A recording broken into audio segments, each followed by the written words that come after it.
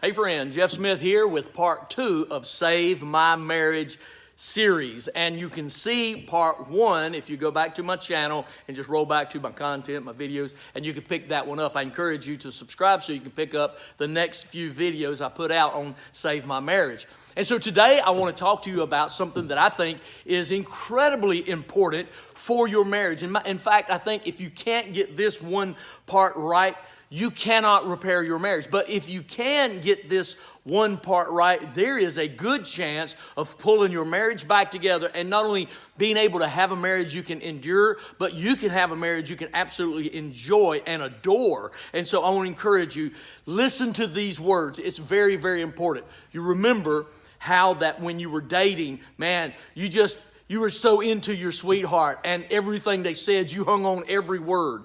Well, the problem in most marriages today is you don't hang on their word no more. The truth of the matter is, in most marriages, I've counseled a bunch of people. And in almost all the counseling sessions, I find out that both people in the marriage, in the room, they are obsessed with themselves. They are obsessed with their own hurts and their own needs. And nobody is listening to them, and they ain't listening to nobody else. And so the problem is obvious. There is a communication breakdown. And you can learn how to hear your spouse, and your spouse can learn how to hear you. It's very, very important. Let me give you an illustration. You know how it is when you're in an argument? You've got a disagreement. First of all, it's not even an argument. It starts out as something super simple. In fact, it's so simple, after the argument, you look back, you don't even remember what you argued about. But so something comes up, and maybe it's just something you're talking about something, and Owen turns and says, what do you mean by that? And then it goes from that, and you say, oh, I didn't mean it quite like that. And then it goes from that, and then to that, and then... But every time there's an exchange in who is speaking, the problem grows. It elevates, it gets bigger, and before long, this thing is out of the banks, and so you don't know what to do. Years ago, I wrote down 4 things for me to do whenever me and my wife get into such a situation. And yes, it's true. I believe every marriage that's got any time under its belt, there are times of conflict. And so maybe that will help you to understand that there's nobody on earth perfect. Me and my wife, we love each other. Been together over 37 years. But I want to tell you something. We've had a few scraps of our own. And so I wrote down 4 things that I think were helpful to me, because when we get in an argument, what will happen is it just goes from this to this to this to this. And before long, it's out of hand. And I see my emotions are too far out. Her emotions are too far out. And I'm saying somewhere we got to stop this. And so I wrote down 4 things that I try to grab hold of whenever we're in any sort of conflict. And number 1, whenever I see this thing taking off, and you know it's going to go nowhere good. And so number 1 to myself, I say, spare your words. You know, I just need to be very, very careful what I say next. That's important. These are good. You're going to write these 4 down. You're going to need them. You're going to love them. Number 1, spare your words. Just be careful what you say. Think before you speak. Okay? Spare your words. Number 2, calm your spirit. Long, deep breaths. And you think that's just something people say. I got to tell you, you need oxygen in your brain when you get your emotions on high, because that oxygen, you breathe it in and it goes to your brain, and your brain functions a little better. And just a little better is important. So spare your words, calm your spirit, hold your peace. And that means, here's the way I look at it. If I'm sparing my words and my wife ain't getting it, and then I have to calm my spirit, but then it's still not going in the right direction, I hold my peace. You know what that means? To me, it means I just say, I got to keep peace. I got to keep peace. I got to keep peace. And I hold my peace. In other words, I don't want to lose my temper. I don't want to get super mad. I've never liked it when I've done that. I don't like getting angry. And so I hold my peace. And then number 4 is just golden. This is one of the best ones of all. It's number 4, shut your mouth. I say, Jeff, just shut your mouth. Don't say nothing else, because anything else I say is not helping the situation. I just need to shut my mouth. Now, I will tell you that I am thankful to my wife, because I've got a good wife, and she loves me, and she puts up with a lot from me, and I'm sure she has her own little recipe that she goes by to get along with this. And so write those 4 things down. Maybe it'll help you. It's on your side. It doesn't help on the other side, but it helps on your side, and that is spare your words, calm your spirit, hold your peace, and shut your mouth. And that will work. But let me give you something a little more biblical that you can do to repair your marriage, to fix it, to fix the communication breakdown. That's what we're after, because listen, words matter, and how you speak to each other is very important. And when you were young and y'all first got together, y'all spoke to each other and listened. You actually listened to one another and learned from each other, and that's what made you fall in love. Fall in love again by using these principles I'll give you from James. You look in the Bible, James chapter 1.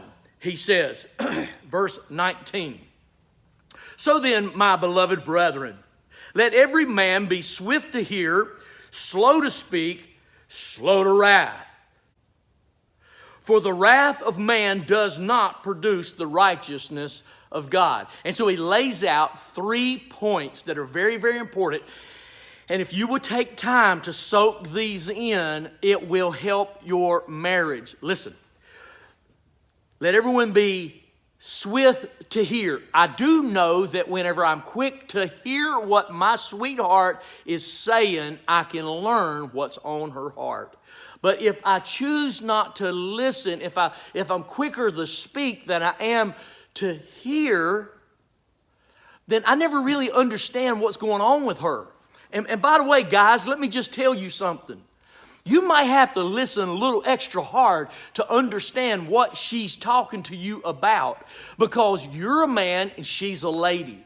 So I'm in the house just a couple of days ago. Me and my wife were talking about something. It wasn't an argument or nothing like that. It was a conversation. And we're talking, and I can't grasp what she's saying. And so I said, "Honey, help me. I don't understand. What do you say?" And so she tries to repeat it. And so my daughter's sitting there, and I can't get what she's saying at all. And then my daughter turns to me and she's saying this. Well, how did you get that out of those words? See, women hear different than men do. They understand different. So what we have to do is we have to listen a little harder to get it. So we need to be swift to hear. When you're hearing, you're learning. When you're learning, you're better able to handle the conversation. And when your wife, I'm speaking to men mostly right now, but listen, ladies, I'm speaking to you too.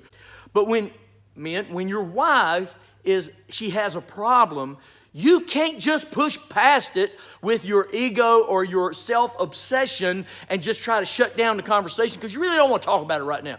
Don't do that. Don't do that. No, what you need to do is be swift to hear. Don't snap back something. Wives, don't snap back something to your husband. Be swift to hear. When you hear her, you understand what she says. Then you're more qualified to respond in a way that will bring peace to your marriage.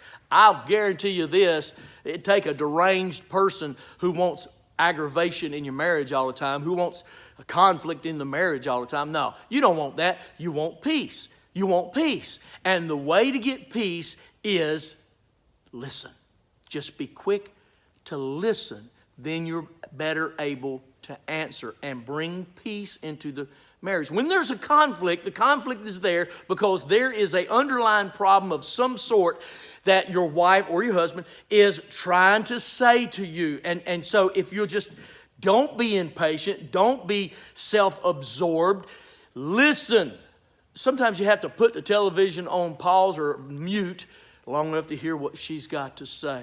Sometimes you got to put down that project you're working on long enough to hear what she's got to say. Ladies, remember what I said? I'm talking to ladies too. It's just easier to talk to men. So ladies, sometimes you need to put the phone down. Boy, I'm being... Sometimes you need to stop whatever you're doing and just listen. Listen. Here's another problem with listening. He says there, be swift to hear, slow to speak. He said, before you speak, you be sure to listen. Because here's what's happening in most marriages. I'm sitting here listening to people argue. I dislike that so much. When I'm counseling, they come together and they just get to batting at each other. I'm saying, y'all ain't hearing either one of you. Here's the problem. Whenever you're trying to say, this is my grievance, this is my problem, when you're trying to say that, the other person is in their mind, they ain't listening to you, and they're going, yeah, but I got a problem too. And so they're just kind of wait for some silence so they can step in with their grievance and their problem. Then the other person says, you didn't even hear me. And so they blast off a little higher, and it just keeps you getting bigger. Quit that. That's Satan's way. Don't you remember in the first lesson that I taught just a few days ago that it's the devil that stands between you? He's the one that does that to you. He shuts your ears and opens your emotions, and so you come back and forth at each other, and it's ruining your marriage. I want to encourage you, listen. And then he says there, be swift to hear, slow to speak. Take your time, and when you speak, be sure that you choose your words wisely. Take your time. Be methodical in what you say. The idea is to bring peace to this marriage. You got that? So bring peace to the marriage. Now, how do we do that? Do we always identify how we feel? No. That is not how you bring peace to the marriage. Because if your wife comes to you with something, and when she says it, she's got a grievance, but it hurts your feelings a little bit or makes you mad, your feelings ain't the most important thing right there. Right there, she has come to you, so she's got the floor. So at that time, it's not a time for you to get offended. It's a time for you to stop and think.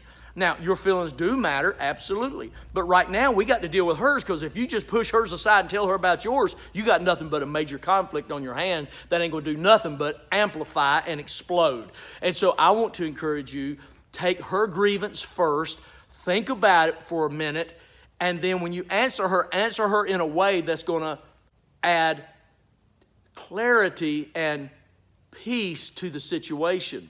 Sometimes it's simple as just saying, wow, I didn't realize that by me doing this, it caused you to hurt like that. Listen, honey, I'm sorry. I'm going to tell you something, man. If you did it, probably blow her mind. And so I want to encourage you to try that. But whenever you just keep building and you keep being offended, man, don't be offended. Don't let your hide be a little tougher than that. Don't be offended at everything. Ladies, don't be offended at everything. No. Instead, you just say, this is the person I love. Many of you have children together. Some of you have grandchildren together. And so you're going to be offended at everything? Forget that. We're not children no more. No, don't be offended. You be a problem solver. Most people, when they fight, you know what they do? They attack each other. But what about the problem? Attack the problem, not the person. And so that's how you do that, is you are swift to hear, you're slow to speak, and you are slow to wrath.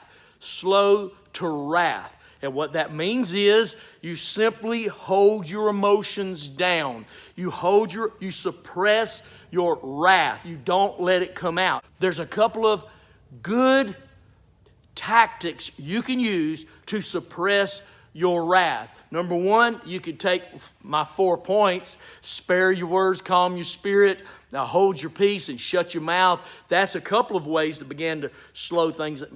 Because if you keep talking and your talking is not working, it only frustrates you and elevates your emotions to the point that there's coming a soon eruption. And so what you want to do is say, no.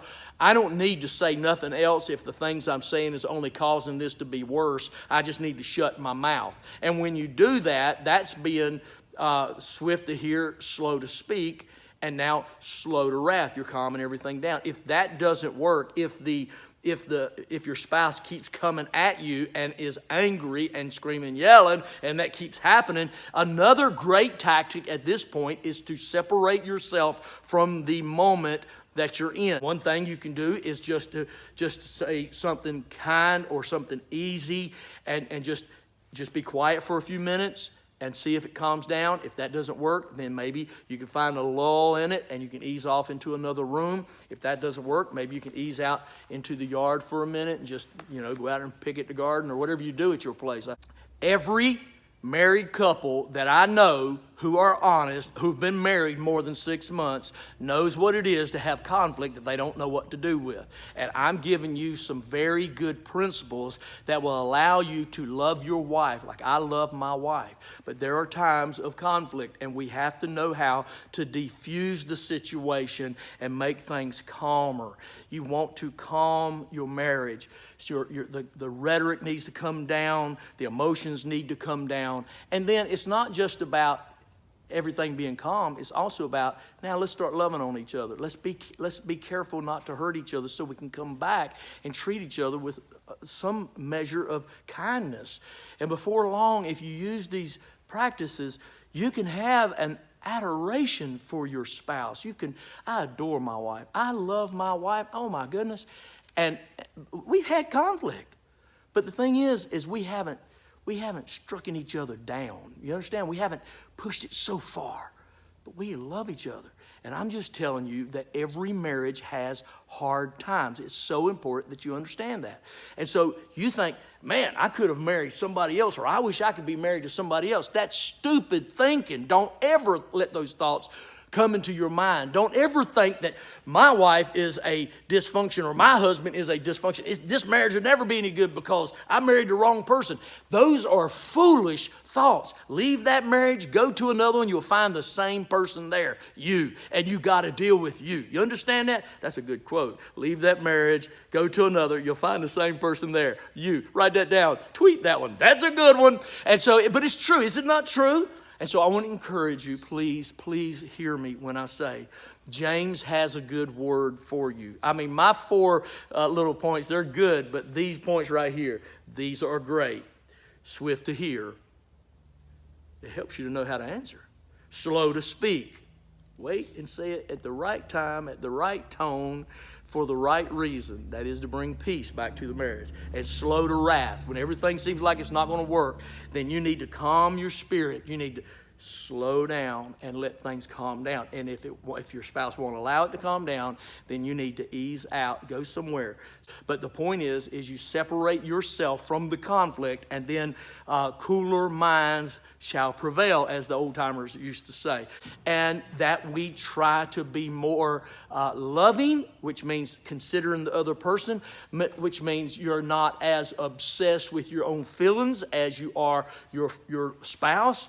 You love that spouse. You care about that spouse. You care about their feelings. So when they bring conflict to you, it's because something's wrong inside of them, maybe because of something you did. And so you need to talk these things out. And whenever you speak about them, then you want to pursue peace and make some measures to make it peaceful. I hope this has helped you. I will be putting out another video this coming Monday. It'll be coming out Monday, and I believe it will help you a great deal as well. So be sure to subscribe and then hit the little bell, and that way you will get a notice when the next one comes out. I hope you'll do it. I hope this will help your marriage, and I hope that you will learn to love your sweetheart like you did back when you first said, I do. God bless you now. Till next time.